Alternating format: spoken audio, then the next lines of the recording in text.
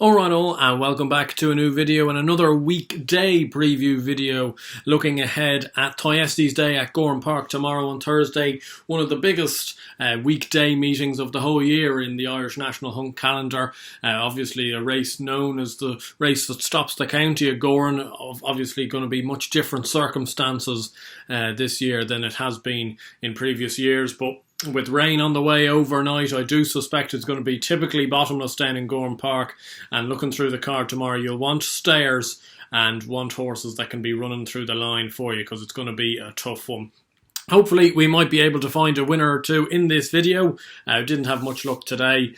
Scarlet and Dove was running a great race, actually behind Colreevy before falling at 2 out. That pretty much summed up the day, and no grey areas just out of the places as well. So one of those ones, but anyway, hopefully we can get back at it today and back a couple of winners. As always, a little plug for horse racing, buddy. I really would encourage you to get involved if you can. You know, obviously it's pretty decent cash money for what you get. You know, you're owning a share in 5 horses, you're getting daily tips, daily interaction with other like-minded people as well. And I think that's what we all want, or certainly the majority of us, myself included, an awful lot of you guys in the comments as well. You're looking for debate. Like, we're not always going to agree on stuff. You know, I'm going to say a lot of things that an awful lot of you guys probably won't agree with, some might agree with. But it all involves debate. As long as it's good-hearted debate, that's what the game of horse racing is about. It's meant to be good opinions. Anyway, this is what you're going to get, and more with horse racing. But if you want to be involved, do get in touch with myself or Kieran in the description below. But moving on to the racing, starting off with the 115, a very trappy handicap hurdle. And I would really be favouring steering away from the favourite. I know this Jasek looks a potentially good thing for Tony Martin, but you just have to bear in mind Tony Martin's stable form at the moment. I don't think they've had a winner for an awfully long time on the flat or over jumps. And I know this horse ran a particularly eye-catching race last time out under a lady rider. I think it was Miss Lawler last time out, staying on to the line, only was beaten a length and a half. Potentially has got a massive chance in this with Peter Carberry taking over off a mark of 100, but I'd be willing to stay away. Instead, I'd take a chance on Shantou Sisu at 6-1 for David Lanigan and Danny Mullins. I think this horse has got a very honest chance. Like, he's obviously a pretty exposed horse. He's running here off a mark of 95 as a 9-year-old. Like, he is what he is. But these sort of handicaps are his cup of tea. He's been chasing this year and it just hasn't gone to plan. He hasn't looked like a natural over fences and was tailed off last time out behind Espion de Chenet at Naas. And that was actually a pretty hot enough race for that level. But going back over hurdles, I think this horse could be seen to better effect, especially at this low grade level. I'm going to talk later in the card about horses going from fences back to hurdles at a higher level. I'm not a big fan of, but at this level I wouldn't be too concerned, especially when a horse hasn't looked like he's enjoyed jumping too much the last couple of times. I think back over hurdles, a mark of 95, I think he's got an exceptional chance in this. Won almost this time last year in March 2020 when he won at Clonmel off 89. I know he hasn't won off a mark of 95 before. I think that was his sole career win last time at Clonmel, but he is a pretty reliable horse at this level of grade. I think 6-1's a fair each way bet. The 145, I'm going to keep it short and simple here. There's a couple of favourites I can't get away from today, and one of them is Fangio De Vassy, and mostly tailored off the fact that I obviously want that Statler form to be rock solid. He won a point-to-point for Henry de Bromhead. Now he's running in this race. It's a lady rider's race. Maxine O'Sullivan takes the ride. Maxine, as we saw from riding It Came to Pass at the festival last year, and she was on The Real Deal for a couple of his handicap wins earlier this year. Maxine is more than capable of doing the job to very good effect, and this horse brings the best form to the table, I believe. As I say, winning a point-to-point and then finishing 5th, only beaten 13-14 lengths by Statler in a Leopardstown Maiden Hurdle. Glenn's Antrim was 2nd that day. Lifetime Ambition was 4th. It's a pretty hot heat. Malheur All-Star was 3rd as well, who's a horse I know a few people like for the 3-miler. and maybe a national hunt chase down the line as well. So that looks a pretty hot piece of form, dropping well back in class. I know it's just another maiden hurdle, but I think it's a much weaker race as a result. And I think 13-8 at the early prices you can get is a very fair one for Fangio De Vassy. It wouldn't surprise me at all if he ended up going up a bit shorter. The 220 is the Galmoy Hurdle, and it really isn't as good a race as it has been in years gone by. There's no getting away from that. I was really hoping we might see Ronald Pump in this race, but wasn't to be. Great White Shark is your favourite, and I think she's a very fair favourite at that. She gets a mare's allowance. She obviously won at the Galway Festival. She then won the Thesarowich, I believe it is, in England by 3 lengths, the 2 mile 2 furlong flat handicap at Newmarket near the end of the year. So she brings pretty high form to the table, and as I say, gets that mare's allowance. I won't be siding with her personally, though I'll be siding for one at an each way price in the shape of Sixshooter at 7-1. This is a horse, not a cliff horse, I wouldn't say, but he's a horse I've always held in pretty high regard. He essentially disappointed me last year over hurdles. I just think there's something to him that just keeps luring me in, and I do believe, I know he's got it to prove at the trip. He hasn't run over 3 miles under rules before, but the third behind Sire de Burley and French Dynamite is probably the best piece of recent hurdle form in this race. I know that was over 2.5 miles. As I say, he does have it to prove over 3 miles, and I do think he probably wouldn't want the ground to turn into a complete bog, which it may well do. But I think he's got enough class. His jumping seems to have gotten better as well. His jumping was really his Achilles heel as a novice hurdler last year. His jumping seems to have gotten better this year. He beat Kilfenora, who reopposes at Punchestown, I believe, over 2-2, and then finished third in that race behind Sire de Burley.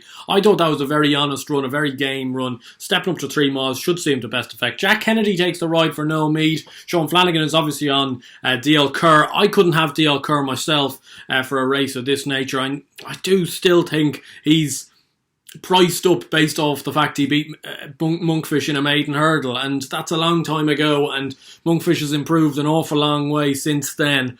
And DL Kerr, I know he got the job done just about down in Limerick last time out on Stephen's Day, but it was a bit of an effort that day, and he'd need to improve an awful lot from that. And also, going back to 3 miles here, I'm not so sure. So, Sixshooter is the one for me. I know there's stamina doubts, but if he can last it out, he has to be bang there. I think he's got an awful lot of class. I think he brings the best hurdle form of this year to the table, and I think he could go well. The 250, another trappy handicap hurdle, and I couldn't be getting away from Fairyhill Run in this for John Ryan and Mikey Hamill at 6-1. Another pretty game mare of a mark of 111. Again, another one that's probably, she is what she is, but John Ryan's horses, look, they run an awful long, they run an awful lot of the time, and that's sometimes you don't get maybe the greatest form figures with some of these horses, but they usually run very admirable races, and this horse ran an absolute crackerjack when just getting beaten by Kashari by 3 lengths last time out down in Cork. Kashari's a really quality animal, possibly a graded horse, has been a graded horse in the past, so I know she was getting an awful lot of weight off Kashari that day, but to finish within 3 lengths of her is really, really good in the context of this race. I know Park na Gael's a favourite for Charles Burns. No, it's not Charles Burns, I didn't think. But it's JP McMahon, as Simon Torrance rode him last time out, and there was this massive gamble on him. He was trained by Charles Burns. I'm not sure what the story is now with the whole Charles Burns drug scandal thing. But he was punted off the boards last time out and just got foiled late on, finished second, beaten I think a half length in the process. He's 15-8. It's too short for me because that was his only meaningful piece of form up until that run. He'd been, mucking around out the back of races, and I felt that was the day, and they didn't quite get the job done. So it's interesting to see how he'll do this time round. But I think Fairyhill Run's a pretty game mare. I think she'll run a race, maybe a little bit vulnerable win-wise, but at 6-1 you're getting just enough each-way value to warrant it a bet. I think 3 or 4 places available as well, and hopefully she can go well for John Ryan. The 325, the big race, the Goff's Thyestes Chase. Willie Mullins was 4 or 5 in the race, and he's got a very good recent record in the race. So if you do fancy one of Willie Mullins, I couldn't put you off. Not a race that does much for me, though, in terms of these sort of handicaps. I usually like a couple. I found this one hard. I was quite keen Well, I first of all was quite keen on the long mile for this race because I tipped up the long mile in the Tim Duggan down at Limerick over Christmas at a big price, and he won and won very well, but he didn't get declared. Then the Big Dog was also a horse I quite liked, very unexposed off a mark of 135, some decent beginner's chase form, but he's second reserve, he didn't quite get in. So if the Big Dog gets in tomorrow, I will back the Big Dog, and I'll put him up in the description down below, but I'll have the caveat of him being a reserve. So obviously, if he's a non-runner, he's a non-runner. But he's 16 to 1 currently. But the one I'm going to take a chance on is Alpha Des Obeaux, 20 to 1. And I know he's a very exposed, very... It doesn't look like he has much in hand from the handicapper at this stage at 11 years old, and potentially is just drifting away as a horse. He hasn't shown too much this year, but he's been running in high quality races. Like, he was running in the JNY, and he's more than entitled to not be pitching at that level these days. But I just look back at this horse's run in the race 2 years ago off a mark of 155 when Rob James rode him last time. Rob James claiming 7 then, he's claiming 7 today. And he's now down to a mark of 152. He was only beaten by Invitation Only 2 years ago. And Invitation Only was a real Grade 1, Grade 2 horse.